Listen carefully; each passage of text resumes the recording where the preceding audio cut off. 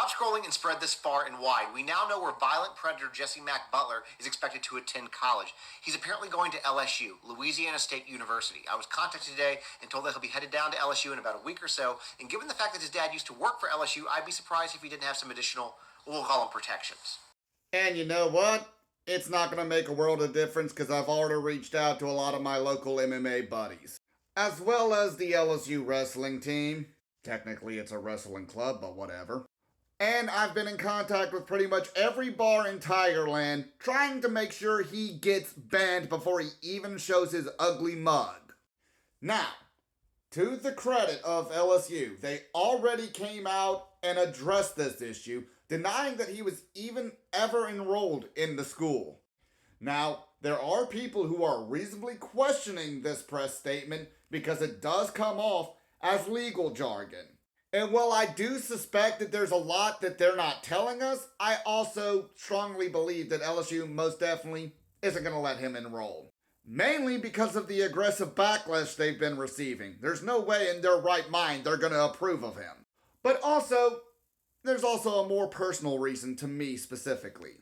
So if you've been following me a while, you know that I have a criminal history and I'm not shy about talking about it. And that's because when I was about 17, I tried to... an offender.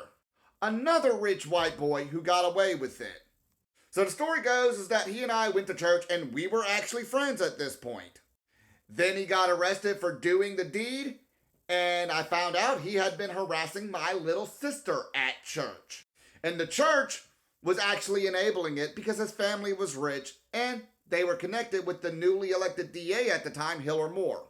So that case kind of got swept under the rug. However, he was a local high school football star who was in the process of being recruited to LSU. No matter how they tried to sweep it under the rug, once word got out that I tried to take his life, a bunch of other girls started coming forward about the way he was treating them at church. Finally, the church kicked him out and LSU pulled his scholarship. And if they're willing to do that with a local homegrown potential football prospect, I don't know what kind of chance this little shit has. Now, you didn't hear about the guy I tried to unalive because it wasn't on the news or anything. Like I said, it got swept under the rug. But I'm glad the internet has come such a long way so we can publicly expose people like this.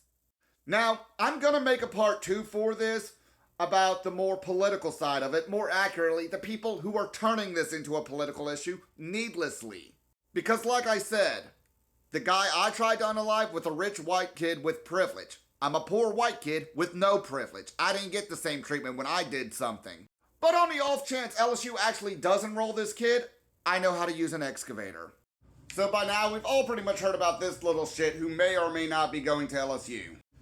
This is actually a part 2 because I already made a video giving my 2 cents on the matter itself. This is a call-out video for all the people who are needlessly turning this into a political issue. The only actual political figure that I know of that has actually addressed this issue is me. And that's because I live in Tigerland, a popular party district for students who go to LSU. This is concerning to me. Of course I'm going to say something on this issue. Now, LSU has already come out denying that it's even enrolled, but just in case, I went ahead and reached out to all the bars in Tigerland to make sure that he would be banned just in case he shows up. On top of all that, I actually train at Core UFC Gym, which coincidentally is also where the LSU Wrestling Club practices. As such, I have connections with the LSU Wrestling Club and have asked them if they would be interested in teaching free women's self-defense classes on campus. I have also been notified that the LSU Police Department does already offer free self-defense classes if anybody is interested. But when I mentioned that I'm talking to the LSU Wrestling Club about hosting free women's self-defense classes, for some reason, some women got mad. Now, quick disclaimer. When I mentioned that I'm talking to the LSU Wrestling Club to host free women's self-defense classes, that comment got well over 1,000 likes. Most of them were women. It's just a handful of idiots who thinks it's society's job to bubble wrap the world because they're either too fragile, too ignorant, or too stupid to learn how to navigate the harsh realities of life. And if you've been on the internet for any amount of time, you already know the kind of rhetoric they were using. Why don't we teach men not to rape? Why don't we teach kids not to do drugs? Oh wait, we do that already. People who say stuff like that are not genuinely looking for a solution. They're just trying to spread sexism and hatred against men.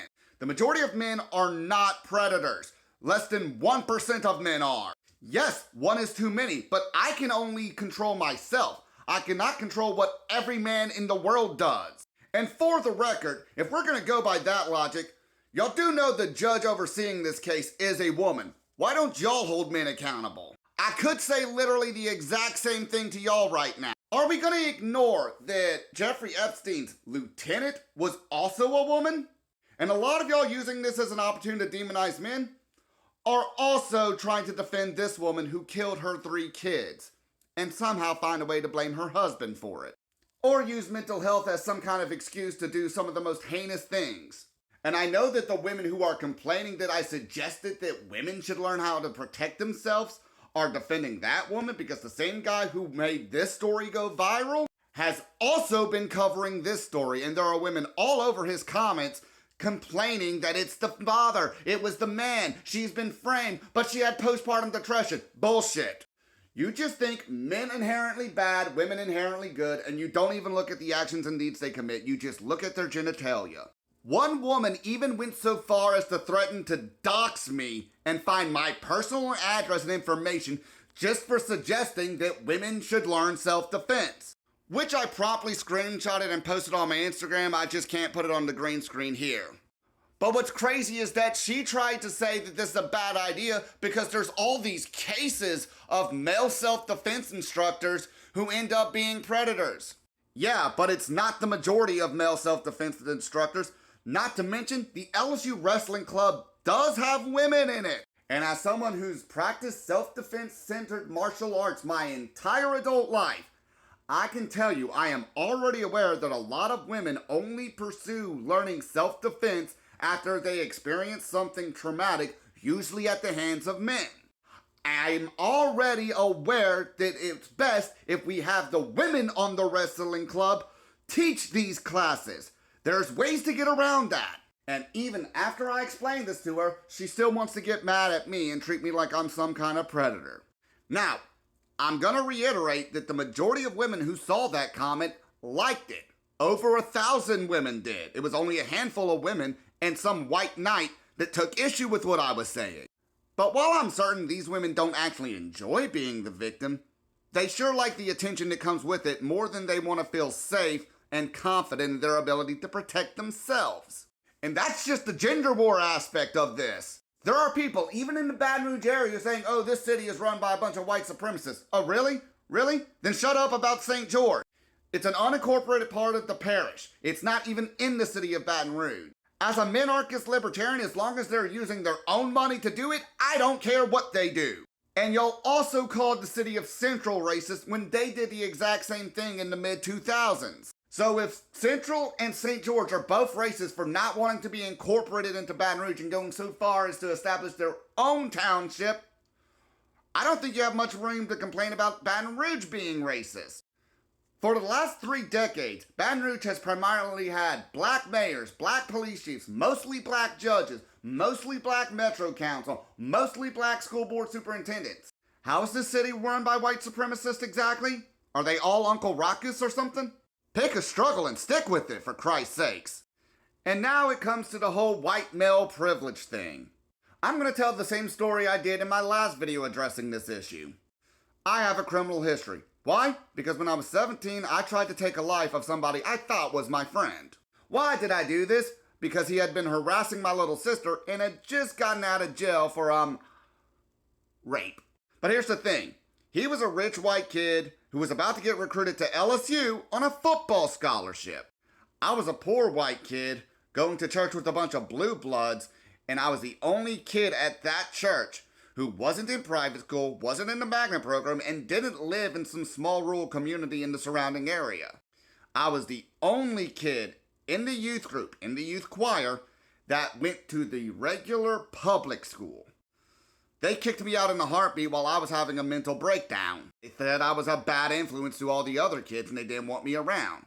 They also falsely accused me of threatening to go shoot up the church, which I never did. But this kid, because he came from a rich family, was about to get recruited to LSU, and had connections with newly elected DA at the time, Hill or Moore, he got special and preferential treatment.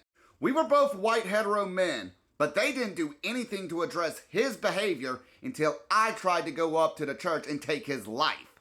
Then multiple other girls who I went to church with started coming forward, saying, yeah, he's been harassing all of us. He's been doing this the whole time. Finally, the church kicked him out, and LSU pulled his scholarship. The only reason I'm not calling him or the church outright is because my criminal history is still theirs. His got erased. Even though I'm actively involved with politics, he and his family are way more connected than I am, and I simply don't want to deal with the drama of a lawsuit. But while I was working as a bouncer at the Gold Club in Gonzales, he was a regular customer, and everybody knew about his history that worked there. Now granted, he didn't do anything stupid while he came to hang out there, but all the staff knew, and we watched him like a hawk. So I was a white hetero male, and I got the book thrown at me for protecting my little sister and exposing a predator. The other white straight male, who was actually a predator, got his criminal history kind of swept under the rug, and now it's basically down to the rumor mill and gossip.